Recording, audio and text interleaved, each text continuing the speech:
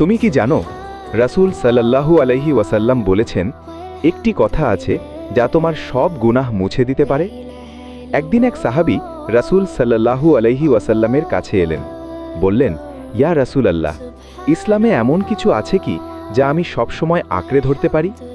রাসূল সাল্লাল্লাহু আলাইহি ওয়াসাল্লাম মুচকি হাসলেন, তারপর বললেন, বলো, আমার রব আল্লাহ, তারপর অবিচল থাকো। শুধু এটুকু, কিন্তু এই একটি কথার ভেতরে আছে পুরো জীবনের পথ।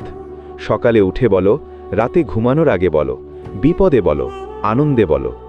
রাসূল সাল্লাল্লাহু আলাইহি ওয়াসাল্লাম আরও বলেছেন, যে ব্যক্তি সন্ধ্যায় ৩ বার বলে, আউযু বিকালিমাতিল্লাহিত তাম্মাতি মিন শাররি মা খালাক, সেই রাতে কোনো বিষ বা বিপদ তার ক্ষতি করতে পারবে না।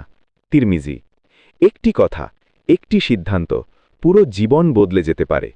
এই উপদেশটা আজই আমল করো।